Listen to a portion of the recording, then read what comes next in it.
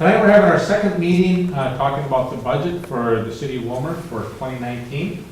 And this evening we're going to go over the budgets themselves and look at what the operational costs are, the fixed costs, and what the relationship is to numbers that the council really has some ability to be flexible with. And what of those are really hard numbers, you can't move them. I mean, if you move them, you lay people off. Or you close the operation down. So, and Steve's going to go over that, and we'll take it from there. And then again, we'll have some time for questions and answers afterward, if that's all right, Mr. Okins? Yes. And then again, now I just want to remind you that we'll be back here next week as well at 6 p.m. And we'll be talking about any questions that have risen out of these three meetings, and we'll answer those. And then anything that members of the public wish to ask. And I never received any questions either by email or phone call in the last week, so I think we must have done a good job last week, Steve. So with that, I'm going to turn it back over to Steve Okins, our finance director. So thank you. Thank you, Mr. Mayor. What I'd like to do is basically go back and revisit some of the items that we had at our meeting last week. There were a few questions. We talked about the revenues and we talked about the capital improvements. Some of the questions that we received at the meeting is that on the revenue slide, there was a kind of up and down in the refunds and reimbursements categories. And the question was, what causes that? And it was explained at the meeting that there's a League of Minnesota Cities Insurance Trust, and that we get rebates depending on the number of claims on our workman's comp and our general liability. That is true, and that is part of it. The other part of it is there is what's called a market value on our long-term investments. What the general accounting standards require us to do is periodically record what the market value is, either up or down. And so the market value increases. In 2013, there was a large decrease in market values on the long-term investments that the city held. In 2014, those values came back. And so that's accounting for that up and down. It's a paper entry. The only time the city would incur any kind of losses or decreases in values is if the city would be required to sell them, and the investment portfolio is structured such that there is no need for the city to sell them or even plan for selling. So that is accounting for that ups and downs, and we'll see some of that also in the non-departmental categories that we see on the general expenditure side as well. Another question we had was a listing of the city streets and the street ratings. And that is going to be put out there on the website. I don't believe it's out there presently. It is compiled. I've seen that listing. As the mayor alluded to, the ratings and the listing of all the streets is numerous pages. But as part of the improvement projects that we work on, and the budget does include $4.8 million planned for 2019 for street work. The council will be dealing with that in the beginning of the year. There's a whole improvement process required by state statute when the city assesses any part of it under statute 429. And so the actual streets planned for 19 will be coming out shortly as well. Another item that was asked about on the street program was the stormwater work, and what did that include any stormwater work, and it does. Preliminary discussions as the Menard site was planned for this year for design and study. That will continue. There's $100,000 in the mayor's capital program for that. Also, the major project we talked about from Baker Diamond going west and draining that and enlarging that system. There's a phase 2 that's being looked at to take it from there going north a small section. So that's going to be incorporated into the street program too, dependent upon the financing. We talked about playground equipment. There is $100,000 planned for next year to continue the program of replacing playground equipment that had been removed due to safety reasons, and we mentioned that there may be a grant that the council will be reviewing prior to the end of the year, and and would have that capabilities of moving that up to take advantage of that grant if they so chose. That's still being worked on, and still the proposal hasn't gone to the council yet, so that may be either available next year, or if the council chooses, could possibly move that up, so take advantage of that grant. And the last item that I had questions from last week was that there was some discussion about the legacy grant for Robbins Island and the 4 projects that are being planned out there. There is a June 30th of 2020 is the deadline for that grant. The grant is helpful, or it's helping fund 4 facets of the project: a 4-season shelter, plaza area, interpretive boardwalk, and then some improvements to the trails. Those are the 4 listed projects in the grant, and again, the city will be working on that.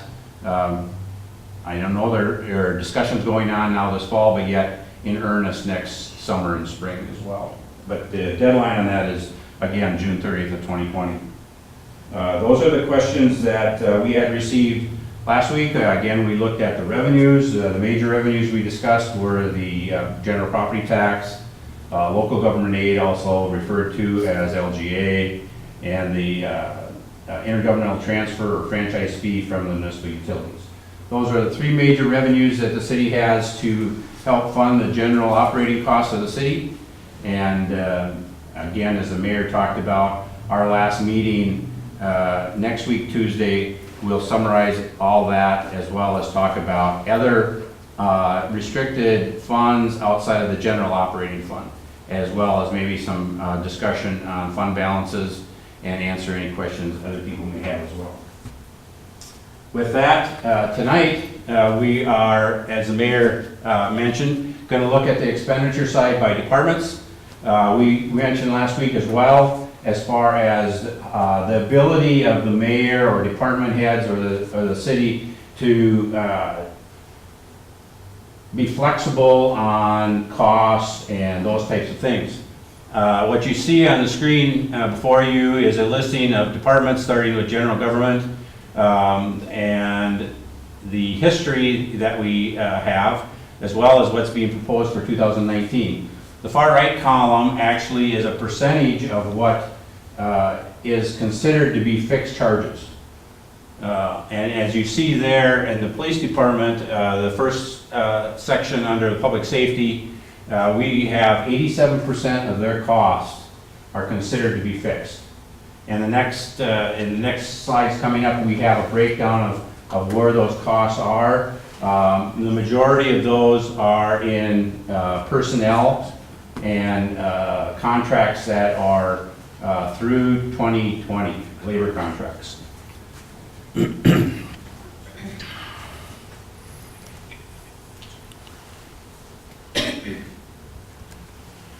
The second slide here is, again, just a continuation of the departments. The council has set the department total, or the level, as a control factor.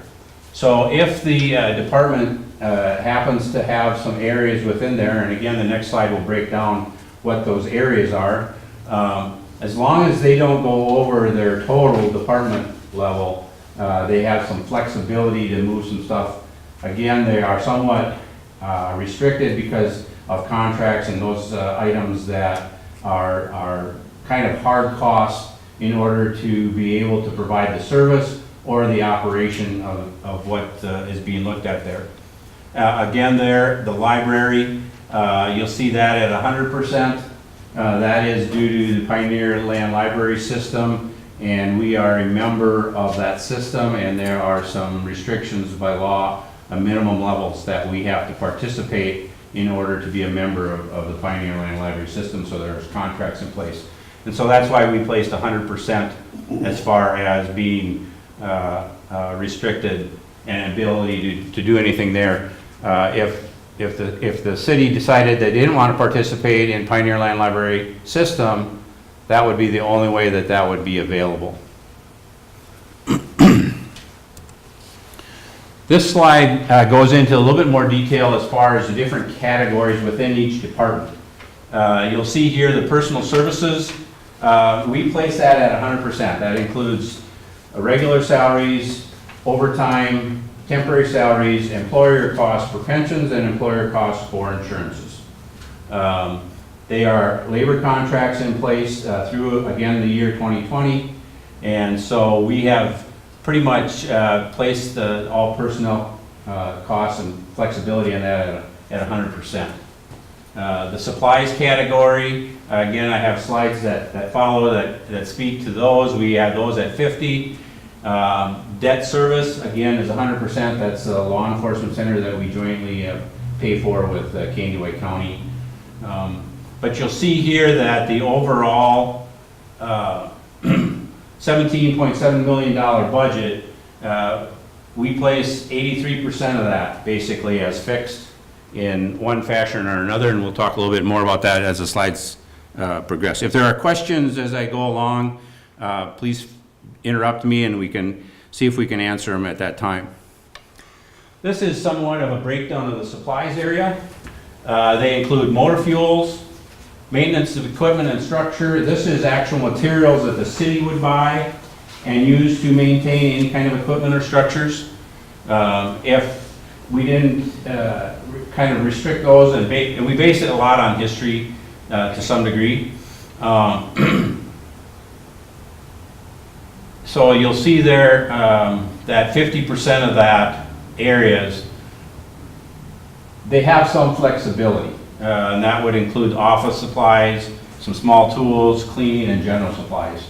But we have put the maintenance items and the motor fuels in a restricted type category, or at 50% on all the departments. Other services, this is where the city would contract with an outside source to maintain equipment and our structures, as well as the utilities and communications. And the overall percentage here, you'll see all other is printing is 29, so 71% of all other services are somewhat restricted, and the departments have little control or can move those around. Other charges would be charges that the departments are, again, restricted in using: insurances and bonds, subscriptions and memberships. A large subscriptions and memberships here would be like the Coalition of Good Cities, League of Minnesota Cities, dues, those types of things. In order to belong to the League of Minnesota Cities Insurance Trust, you have to be a member of the League of Minnesota Cities. And we talked about the insurance rebates and the savings that the city has been able to save over the last 15 years and build up a reserve by reducing the amount or increasing the reserve and reducing the amount of our premiums for liability insurance. Professional services, these areas are, the main area there would be like the library that I mentioned, transit, those types of areas are all under professional services. And we'll look at that. But again, the total would be 60% of all other services or charges would be somewhat restricted. This would go back again to the slide that we had earlier that showed 83% of our costs are restricted in one way or another, either by contracts,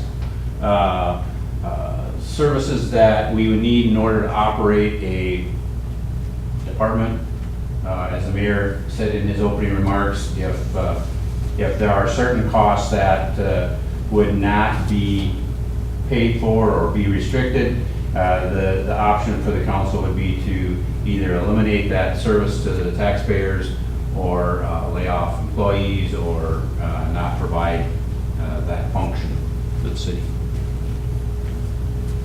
So with that, I know it was rather quick, but happy to answer any questions. As we mentioned in our meeting last Tuesday, there is a little flexibility. We do have other PowerPoints out on the city's website that give you percentage increases and those types of things, similar to what we had with the revenues last week. And again, next week, we hope to talk a little bit about fund balances, other funds like the airport operations, the Convention and Visitors Bureau, our debt service total, and the waste treatment plant, other departments that are outside of the general operating. And then summarizing and being able to answer any questions that we maybe have received between now and then.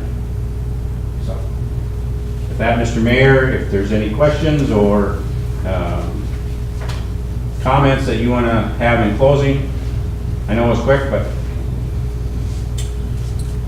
So a lot of times we get questions from the public, and the public will say, Mr. Mayor, isn't there a way that you can change something in the budget to pay for something that somebody wants done that you really hadn't budgeted for in the past? And so an example of that would be what happened over on the east side of town this year with the flooding that happened in Cambridge Development. So could you kind of explain how that process goes? Because when we look at these numbers, we see these numbers are very fixed. There's not a whole lot we can do about those numbers. What do you say, 83 to 87%, depending upon the department, is locked in personnel costs, non-flexible numbers. And when you talk about some of the others where you're down in that 60% range, which a lot of those dollars then still, we're talking small dollars there. We're talking $400,000. It's not like we're talking the 15 million you were talking about earlier. So explain how the council would go about accessing those funds, maybe how they would change a priority, similar to what we did in a retreat 2 years ago. We changed some priorities, we changed some money around. So explain to the public how we do that and how we still end up managing the budget and not going over the budget. Yeah. So just a general question. Yeah, as we've talked about in the past, the budget is a working document, and it's estimates that we have at a certain point in time. And so there may be revenues that come in. If we get a request in, we first look to revenues. Are certain revenues coming in or exceeding? An example would be building permits. Last week's we talked about the historical trend and the construction and the increase in our tax base has allowed us to collect more building permits than what we program in. And so we look in that area first. Then we look to the department who has maybe incurred the item or has something that they didn't know about when we were preparing the budget. And we look at their department and see if there are other areas. And then we kind of work down the line, are there other departments that we can shift money, or is there capital items that came in less? If all that kind of falls through and there isn't dollars in order to be able to pay for the project that's being looked at, the city, and that's where maybe some discussion on the fund balance next week will come into play, is that the city does have $1 million that sits there and is allocated to pay for certain projects until permanent financing can be arranged or the council can decide on how they want to do that. And that's an example. There's some storm sewer work that was just approved last night, or a project over there that's going to eliminate hopefully some water issues. And so what was recommended is that we use that public improvement revolving account. Another item that the council has used in the past is they went to the insurance reserve, but those funds then are repaid back over a 5-year period, and the financing gives the council time to determine what type of financing they want to do to permanently pay for those improvements. So those are some of the issues or some of the items that we look at to fund a project that may be not known at this point in time, but comes up at a later date. Because we're a community that's growing. Aaron Backman had in the paper today over $100 million worth of improvements that have happened since in the last 12 months within Kaneohe County. A lot of that you talked about at the last meeting, the increased building permits that we've seen, things that we also know that are coming down the pipe that we haven't seen yet come in this year, but they're still on the drawing board.